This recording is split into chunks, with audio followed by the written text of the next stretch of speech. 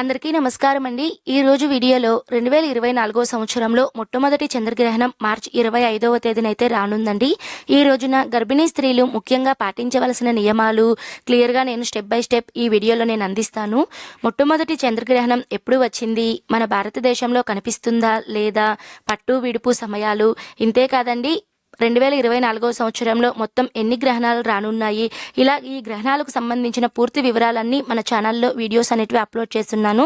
మీకు కనుక ఉపయోగపడితే ఆ వీడియో లింక్స్ అన్ని నేను డిస్క్రిప్షన్లో ఇస్తాను, తప్పకుండా చూడండి. ఇప్పుడైతే ఈ వీడియోలో గర్భిణీ స్త్రీలు ముఖ్యంగా పాటించవలసిన నియమాలు ఏమిటో తెలియజేస్తాను.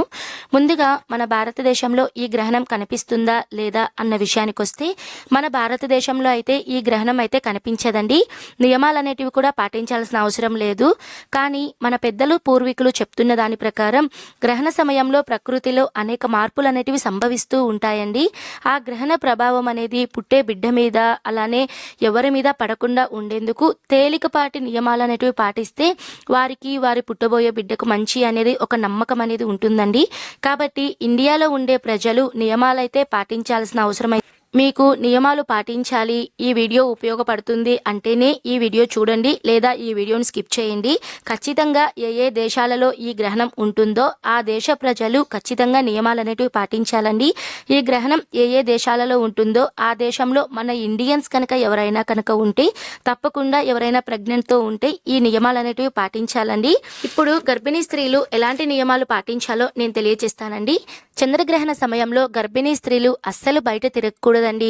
ఎందుకంటే గ్రహణ ప్రభావం అనేది గర్భస్థ శిశువు మీద పడే అవకాశం ఉంటుంది. కాబట్టి గ్రహణ సమయంలో గర్భిణీ స్త్రీలు బయట తిరగకుండా ఉండడమే మంచిదండి. తర్వాత గర్భిణీ స్త్రీలు ఉండే రూమ్ మొత్తం కూడా కర్టన్స్తో కప్పబడి ఉంచాలి. ఆ సమయంలో చంద్రుడి నుంచి వచ్చే కిరణాలు అనేటివి గర్భిణీ స్త్రీ మీద పడకుండా చూసుకోవాలండి. ఇలా చేయడం వలన గర్భిణీ స్త్రీలకు మంచిది అనైతే చెప్తారు. గర్భిణీ స్త్రీలు ఎటు పరిస్థితుల్లో కూడా గ్రహణం చూడకూడదు, ఒకవేళ చూస్తే జాగ్రత్తలు అనేటివి తీసుకోవాలి అనైతే చెప్తారండి. ఎందుకంటే డైరెక్ట్గా చూస్తే ఆ గ్రహణం ఎఫెక్ట్ అనేది పిండం మీద పడే ఛాన్స్ అయితే ఉంటుంది అని చాలామంది ఈ గ్రహణాన్ని టెలిస్కోపుల్లో కానివ్వండి, ఇలా నెగిటివ్ ఫొటోస్లో అలా అయితే చూస్తూ ఉంటారండి. ఇప్పుడైతే మనకి టీవీలో అయితే ఎక్కువగా మనకి ప్రపంచవ్యాప్తంగా గ్రహణం ఎక్కడున్నా కూడా మనకి లైవ్లో అయితే చూపిస్తూ ఉంటారండి. ఇలాంటివి లైవ్ ఛానల్స్ కూడా చూడకుండా ఉండడమే మంచిది అని అయితే చెప్తారండి. కొన్ని సమయాల్లో మన పెద్దలు చెప్పిన మాటలు అయితే మనం తప్పకుండా పాటించాలండి. గ్రహణానికి 2 గంటల ముందే భోజనం అనేది చేయాలండి. ఏదైనా సరే రైస్ ఐటమ్స్ ఎలాంటివైనా సరే మీరు 2 గంటల ముందే తీసుకోవాలండి. ఆ తిన్న ఆహారం అనేది గ్రహణం టైంకి అరిగిపోయేలా చూసుకోవాలండి. ఒకవేళ మీకు ఆ టైంలో ఏదైనా ఆకలి వేస్తే ఏదైనా సరే ఫ్రూట్ జ్యూసెస్, ఏదైనా లిక్విడ్ ఫుడ్ అనేది తీసుకుంటే చాలా మంచిదండి. ఎందుకంటే ఈ లిక్విడ్ ఫుడ్ అనేది కొద్దిగా ఈజీగా డైజెషన్ అనేది అయిపోతుంది. గ్రహణానికి ముందే మనము దర్బలు అలాంటివి ఇంటికి తెచ్చుకోవాలండి. ఒకవేళ మీకు దర్బలు కనుక దొరకకపోతే తులసి ఆకులను కూడా మీరు ఇంట్లో కిచెన్లో మనము పప్పుల మీద, ఉప్పుల మీద, అలానే మీరు ఏదైనా సరే తినాలి అని అనుకుంటే ఆ పదార్థాల మీద మీరు గరికను కానీ తులసాకులను కానీ మీరు పెట్టుకోవాలండి. మాకు దర్బలు తులసాకులు లేవండి, అలాంటప్పుడు మేము ఏం చేయాలి అని చాలా మందికి సందేహం ఉంటుంది. మీకు కనుక దర్బలు అలానే తులసాకులు దొరకకపోతే గరిక ఉంటుంది కదండి, గడ్డి, అది ఉన్నా కూడా మీరు ఈ గ్రహణం టైంలో మీ దగ్గర ఉండేటువంటి పదార్థాల మీద పెట్టుకోవచ్చండి. ఇలా చేస్తే గ్రహణ ప్రభావం ఉండదు అని అయితే చెప్తారండి. ముఖ్యంగా గ్రహణ సమయంలో గర్భిణీ స్త్రీలు ఇనుము వంటి వస్తువులు, పిన్నులు, తలలో హెయిర్ క్లిప్స్ అనేటివి పెట్టుకుంటూ ఉంటాం కదండి, వీటన్నిటిని ధరించకూడదు అని అయితే చెప్తారండి. ఇంకొక విషయం ఏంటంటే గ్రహణ టైంలో పదునైన వస్తువులు, కత్తులు కానీ కత్తెరలు కానీ ఇలాంటి వాటి మనం దగ్గర అయితే ఉంచుకోకూడదండి. గ్రహణం టైంలో ఎలాంటి పనులు చేయకూడదండి. శరీరానికి అలసట వచ్చే పనులైతే అస్సలు చేయకూడదండి. గ్రహణం టైంలో గర్భిణీ స్త్రీలు కూరగాయలు అస్సలు కట్ చేయకూడదు అని అయితే చెప్తారండి. గ్రహణం టైంలో మీరు బాత్రూమ్ కనుక ఒకవేళ వెళ్లాల్సి వస్తే, బాత్రూమ్ కనుక అవుట్ సైడ్ కనుక ఉంటే బెడ్షీట్ కానివ్వండి లేదా గొడుగు సహాయంతో మీరు బాత్రూమ్కి అయితే వెళ్ళవచ్చండి. ఎందుకంటే ఆ గ్రహణ కిరణాలు అనేటివి పడకుండా మనం చెప్తారండి. గ్రహణంకి ముందు మనము 2 గంటల ముందు గ్రహణ పట్టు స్నానం అనేది చేయాలండి. గ్రహణం అయిన తర్వాత విడుపు స్నానం చేయాలి.